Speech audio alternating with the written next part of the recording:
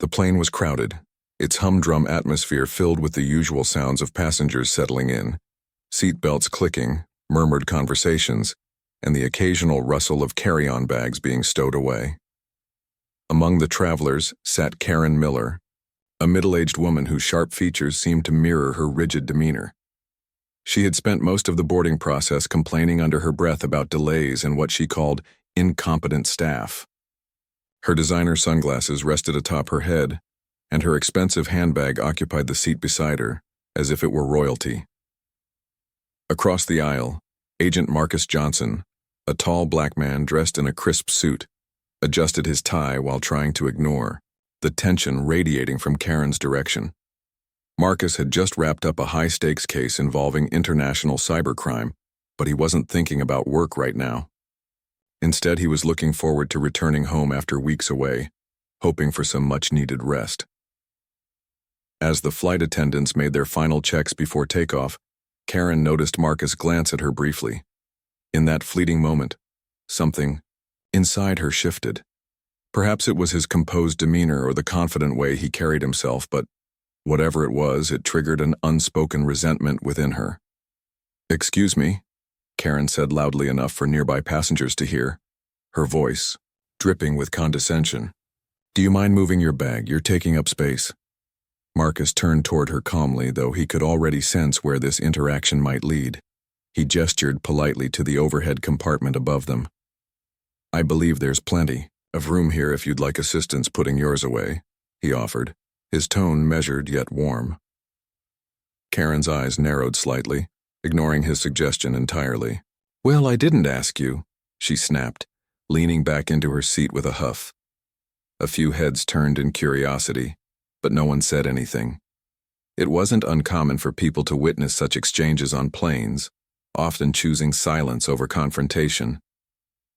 What happened next took everyone by surprise.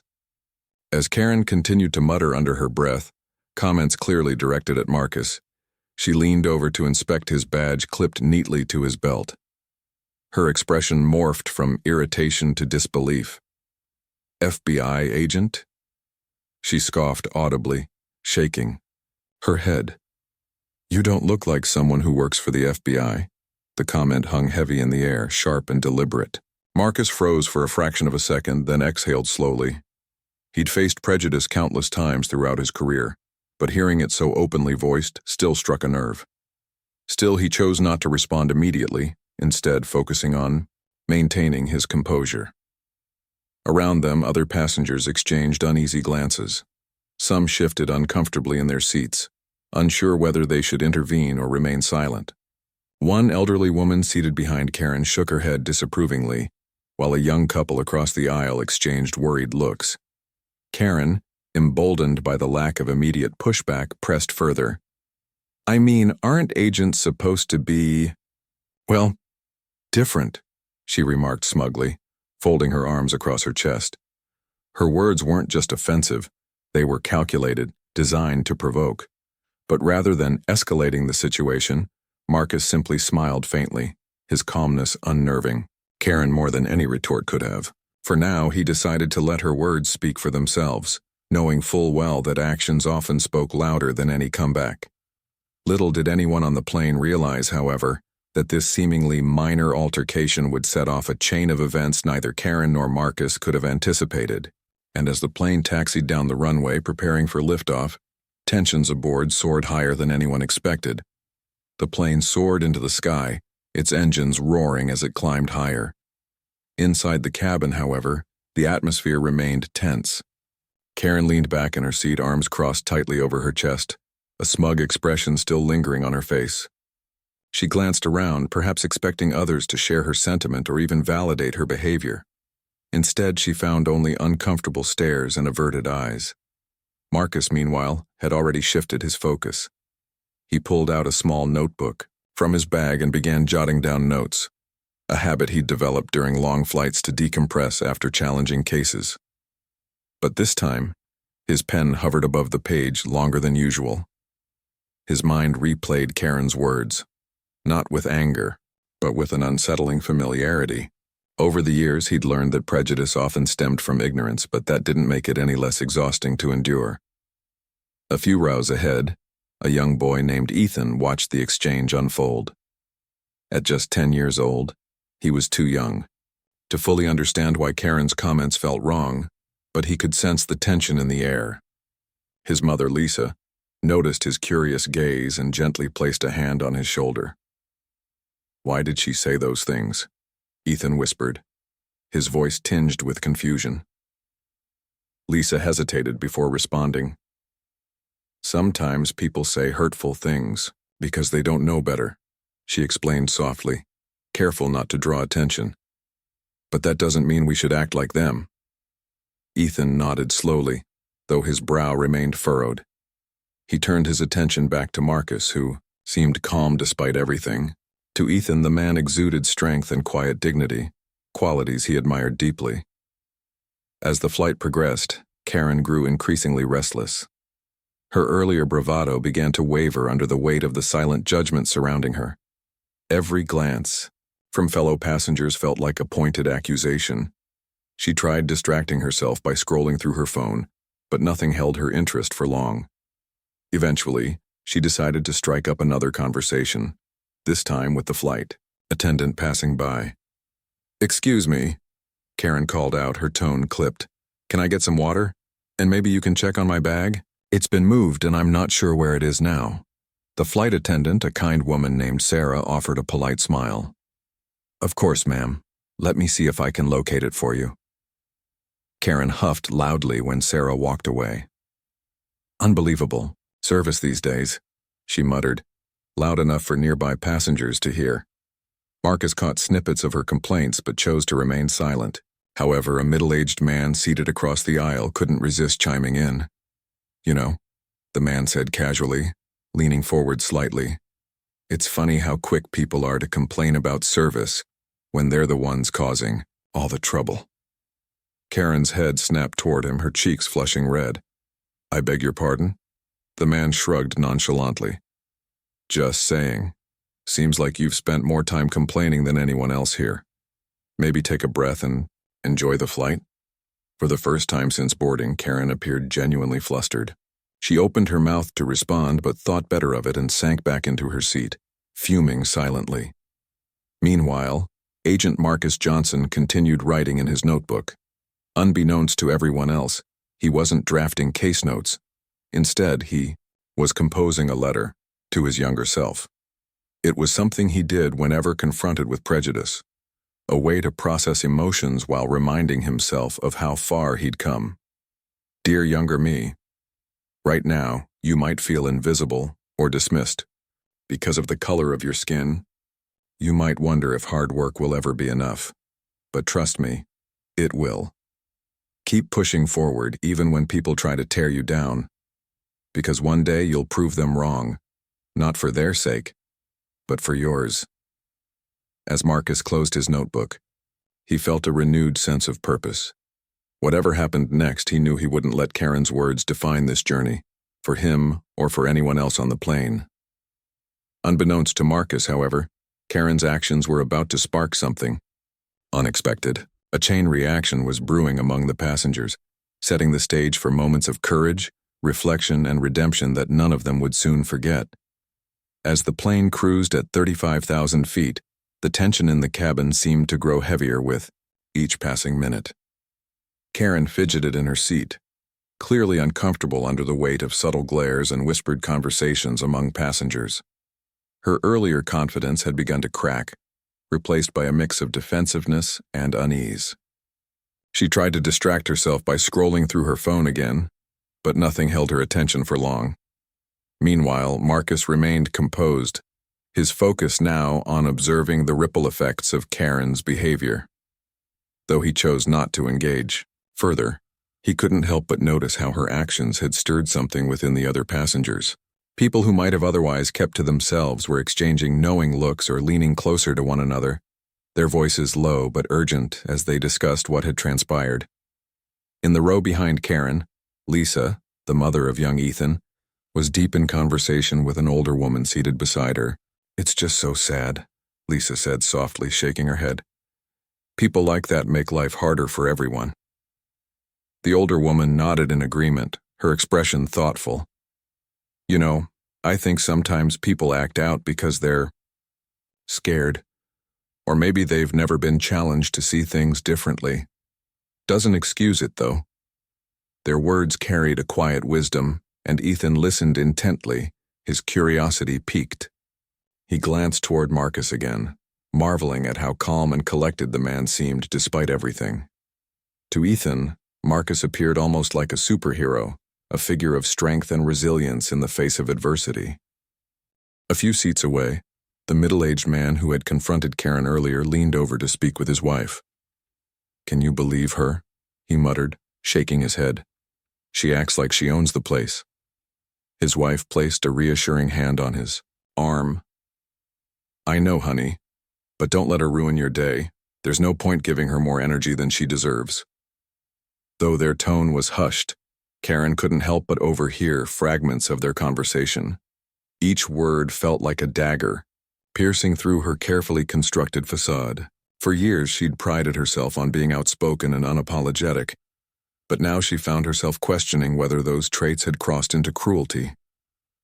Her discomfort only deepened when the flight attendant, Sarah, returned with her water. Instead of handing it directly to Karen, Sarah paused briefly, offering a warm smile to Marcus instead. "Is there anything else I can get for you, sir?" she asked kindly. Marcus looked up, surprised by the gesture. "No, thank you," he replied politely, "but I appreciate it." Karen watched the exchange with growing irritation. "Excuse me," she interjected sharply, holding up her empty cup. "I'm still waiting for my drink." Sarah turned back to her, her professionalism unwavering. "Of course, ma'am. Here you go." She handed Karen the glass of water, her smile polite but distant this time. Karen took the drink without a word, though her jaw tightened noticeably. It was becoming clear that her attempts to assert dominance weren't having the desired effect. If anything, they were isolating her further. Back in his seat, Marcus noticed the shift in dynamics around him. Passengers who had initially avoided involvement were starting to subtly rally against Karen's behavior, not through confrontation, but through small acts of solidarity. A teenager sitting nearby offered Marcus a thumbs up when their eyes met, while a businessman across the aisle gave him a respectful nod. Even Ethan, inspired by what he'd witnessed, decided to take action. When the flight attendants passed out snacks, he eagerly grabbed 2 packets of pretzels, one for himself and one for Marcus. With his mother's encouragement, he approached Marcus's seat shyly, holding out the snack. "For you," Ethan said, his voice barely above a whisper. Marcus blinked in surprise, then smiled warmly. "Thank you," he said, accepting the gesture with genuine gratitude. "That's very kind of you." Ethan beamed, returning to his seat with a newfound sense of pride. For the first time since the incident began, the mood aboard the plane started to shift from hostility to hope, from division to unity. Unbeknownst to everyone, however, including Marcus, this moment of connection would soon lead to an unexpected revelation. Something about Karen's presence on the flight wasn't quite as random as it seemed, and the truth would change the course of the journey for all of them. As the flight continued, Karen's unease became palpable. She shifted uncomfortably in her seat, avoiding eye contact with anyone around her. Her earlier bravado had all but evaporated, replaced by a growing sense of isolation. Passengers who once might have ignored her now seemed to regard her with quiet disapproval, their glances sharp and unspoken judgments heavy in the air. But something else was gnawing at Karen, something deeper than embarrassment or frustration. It was guilt, though she wasn't ready to admit it yet. For years, she'd prided herself on being outspoken, someone who told it like it is. But now, surrounded by subtle acts of defiance and kindness directed toward Marcus, she began to question whether her words had ever truly been about honesty, or if they were merely a shield for her own insecurities. While Karen wrestled with these thoughts, Agent Marcus Johnson remained focused on staying calm and composed. He knew better than to let prejudice dictate his emotions, but that didn't mean he wasn't affected. As he glanced around the cabin, however, he noticed something remarkable. The atmosphere had shifted. Passengers were no longer passive observers. Instead, they were finding small ways to show solidarity, With him, with one another, and even with themselves. It was during this moment of reflection that an unexpected interruption occurred. A soft chime echoed through the cabin as the captain's voice came over the intercom. "Ladies and gentlemen, this is your captain speaking. We're experiencing some minor turbulence ahead, so please ensure your seatbelts are securely fastened. Thank you for your cooperation." The announcement was routine enough, but it sparked a wave of murmurs among the passengers. Turbulence always had a way of heightening nerves, especially among those unused to flying. Karen gripped the armrests tightly, her knuckles turning white. Despite her earlier bluster, she suddenly looked vulnerable, a stark contrast to the woman who had dominated the cabin just hours before. Marcus noticed her reaction and hesitated for a moment. Though he had every reason to ignore her, something about her current state tugged at his conscience. After a brief pause, he leaned slightly across the aisle. "Are you okay?" he asked quietly, his tone neutral but not unkind. Karen blinked, in surprise, caught off guard by the question. For a moment she considered snapping back with another biting remark, but the words died on her lips. Instead she nodded stiffly, avoiding his gaze. "Thank you," she muttered, almost too softly to hear. The exchange was brief, but it carried weight. Other passengers nearby couldn't help but notice the shift in dynamics. Lisa, the mother, seated behind Karen, exchanged a glance with her son Ethan, who smiled faintly. Even the middle-aged man who had confronted Karen earlier raised an eyebrow, clearly intrigued by what he'd just witnessed. What no one realized, however, was that Karen's vulnerability stemmed from more than just fear of turbulence. Beneath her polished exterior lay a secret, one that would soon come to light in a way none of them could have anticipated.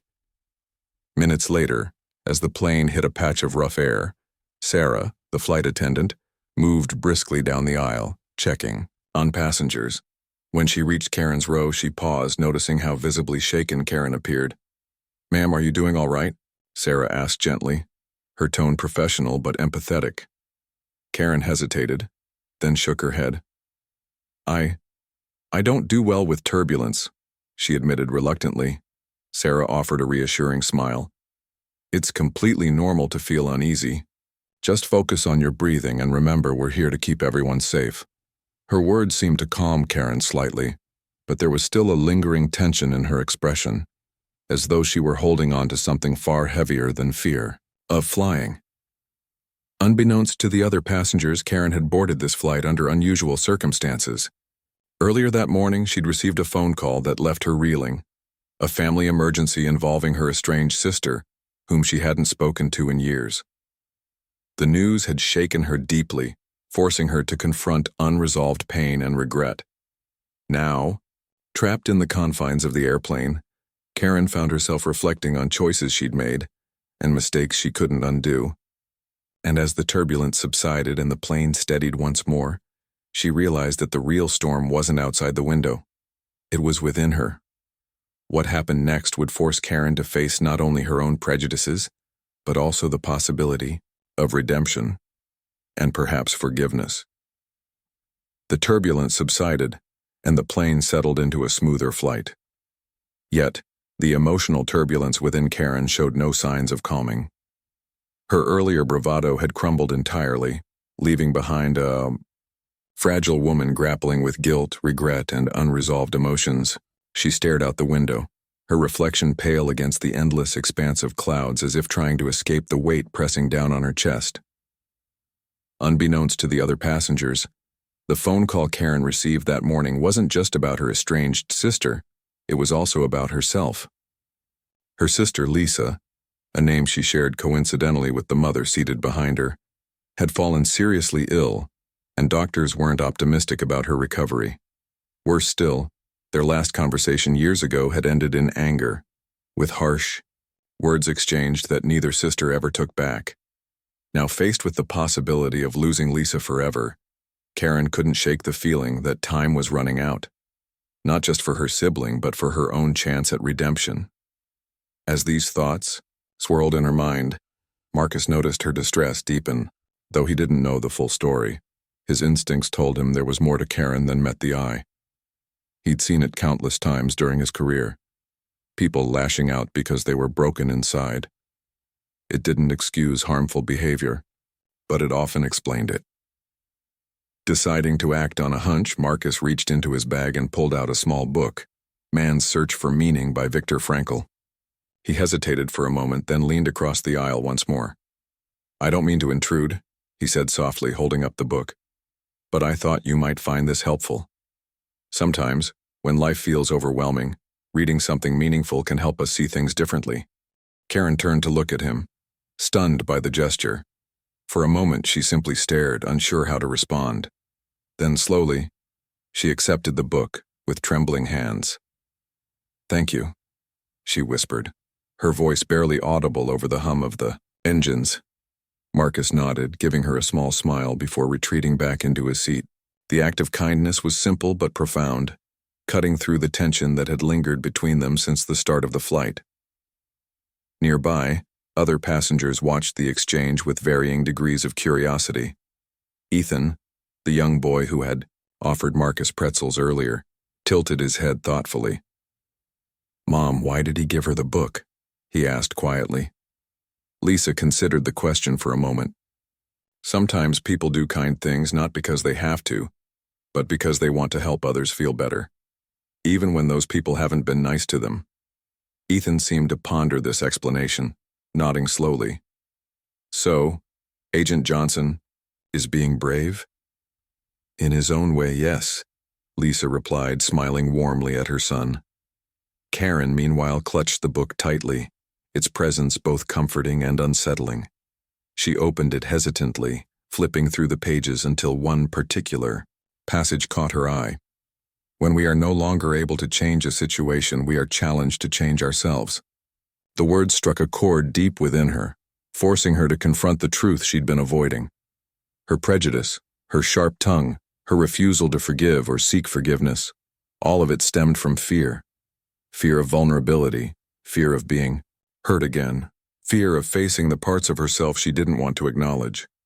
Tears welled up in her eyes as she realized how much damage her actions had caused, not just to others, but to herself. She glanced toward Marcus, who was now engrossed in conversation with another passenger, and felt an overwhelming surge of shame. How could she ever make amends for what she'd said? Her thoughts were interrupted when Sarah, the flight attendant, approached again. This time she carried a steaming cup of tea. "I thought you might need this," Sarah said gently, placing the cup on Karen's tray table. "Chamomile. It helps calm nerves." Karen looked up, startled by yet another unexpected act of kindness. I don't know what to say," she admitted, her voice trembling. "You don't have to say anything," Sarah replied with a reassuring smile. "We've all been where you are at some point. Just take it one step at a time." For the first time in hours, Karen allowed herself to breathe deeply. The walls she'd built around her heart began to crack, letting in slivers of light and hope. But even as she started to reflect on her mistakes, Karen knew the hardest part was yet to come. When the plane landed, she would face the reality, waiting for her on the ground, a reality that demanded courage, humility, and perhaps forgiveness. As the plane began its descent, the passengers stirred, gathering their belongings and preparing for arrival. The cabin buzzed with the usual sounds of landing, seatbelts clicking into place, soft chatter filling the air, and the gentle hum of anticipation as everyone looked forward to stepping off the flight. But for Karen, this moment carried a weight far beyond the ordinary. She sat rigid in her seat, gripping the armrests tightly. Her mind raced with conflicting emotions, fear of what awaited her on the ground, guilt over her behavior during the flight, and a fragile glimmer of hope that maybe, just maybe, it wasn't too late to make things right. The book Marcus had given her rested on her lap, its pages still open to the passage she'd read earlier. Those words echoed in her thoughts like a mantra.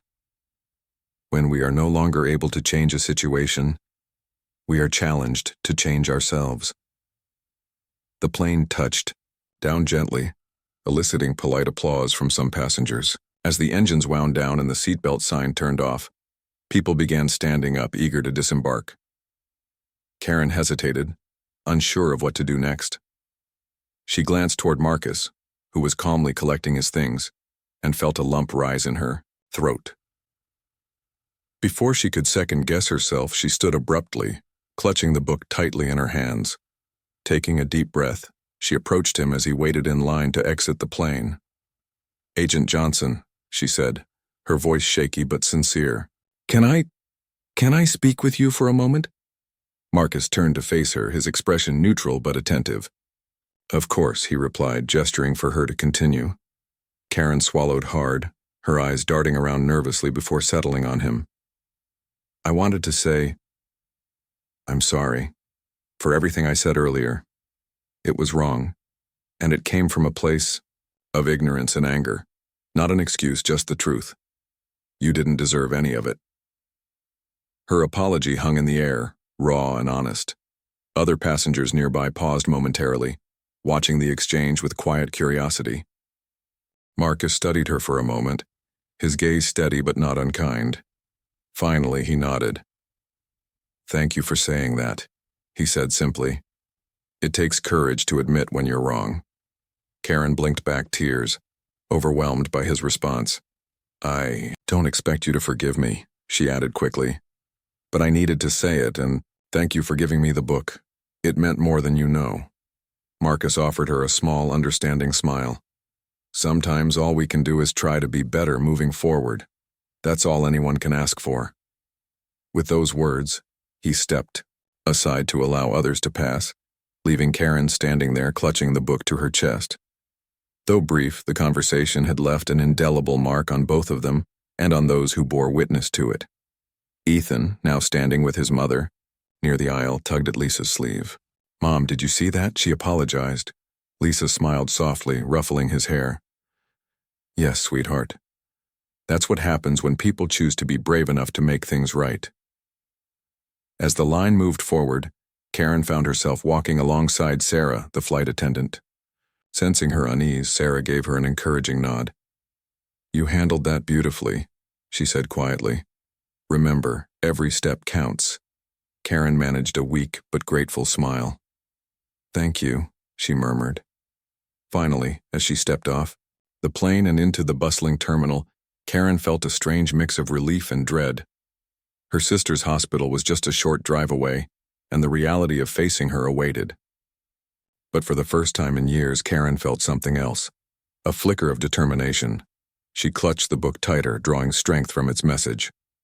Whatever lay ahead, she knew one thing for certain. She couldn't change the past, but she could start changing herself. One step, one word, one choice at a time. The hospital lobby was quiet, its sterile white walls and faint hum of fluorescent lights creating an atmosphere both calm and heavy with emotion. Karen stood outside her sister Lisa's room, her heart pounding in her chest. The book Marcus had given her, the same one she'd clutched throughout the flight, was now tucked safely into her bag, its words etched deeply into her mind. She took a deep breath, trying to steady herself, but her hands trembled as she reached for the door handle. Inside, Lisa lay propped up against pillows, her frail frame a stark contrast to the vibrant woman Karen remembered from years ago. Tubes and monitors surrounded her, yet there was a softness in her eyes that hadn't faded despite everything she'd endured. When Karen stepped inside, Lisa turned her head slowly, surprise flickering across her face. "Karen?" she whispered, her voice weak but filled with disbelief. For a moment, neither of them spoke. Years of silence stretched between them like an invisible barrier, thick and suffocating. But then, Karen moved closer, tears streaming down her cheeks. "Lisa," she choked out, her voice breaking. "I'm so sorry. For everything." Lisa stared at her for a long moment, searching her face as if trying to reconcile the woman standing before her with the memory of the sister she once knew. Finally, she sighed softly and patted the edge of the bed. "Come sit," she said simply, her tone gentle but firm. Karen obeyed, sinking into the chair beside the bed. She clasped her hands tightly together, struggling to find the right words. "I don't even know where to start," she admitted, her voice trembling. I've spent so many years being angry at you, at myself, at the world, and I let it turn me into someone I'm not proud of. Lisa listened quietly, her expression unreadable. When Karen finally paused, she reached out and placed a fragile hand over her sister's. "We all make mistakes, Karen," she said softly. "What matters is whether we're willing to learn from them and whether we're brave enough to try again." Her words struck a chord deep within Karen, echoing the lessons she'd begun learning on the plane. She nodded, tears spilling freely now. "I want to try," she whispered. "If you'll let me." Lisa smiled faintly, her eyes glistening with unshed tears. "Then we'll take it one day at a time." In that moment, something shifted between them. A fragile but undeniable connection began to rebuild. They talked for hours, sharing stories they'd kept bottled up for years. Karen confessed her fears, regrets, and hopes, while Lisa listened without judgment, offering forgiveness when words failed. Meanwhile, back at the airport, passengers from the flight went their separate ways, carrying with them the ripple effects of what had transpired aboard the plane. Ethan hugged his mother tightly, inspired by the courage he'd witnessed. "Mom, do you think people can really change?" he asked earnestly. "Yes, sweetheart," Lisa replied, smiling warmly. "Sometimes, all it takes is one small act of kindness or one honest apology to set things in motion." Marcus, too, reflected on the journey as he drove home. Though he didn't know how Karen's story would unfold, he felt a quiet sense of satisfaction knowing that his decision to extend compassion had made a difference, even if only in a small way. And so life moved forward, each person touched by the events of that flight carrying a renewed understanding of empathy, redemption, and the power of second chances. For Karen, the road ahead wouldn't be easy. Healing old wounds and rebuilding. Trust would take time, effort, and patience. But as she sat beside her sister, holding her hand and feeling the warmth of connection after years of separation, she knew one thing for certain. Change was possible, and she was ready to embrace it. As the sun dipped below the horizon, painting the sky in hues of orange and pink, Karen felt a spark of hope ignite within her. It was a new beginning, not just for her relationship with Lisa, but for herself. And sometimes that was all anyone could ask for.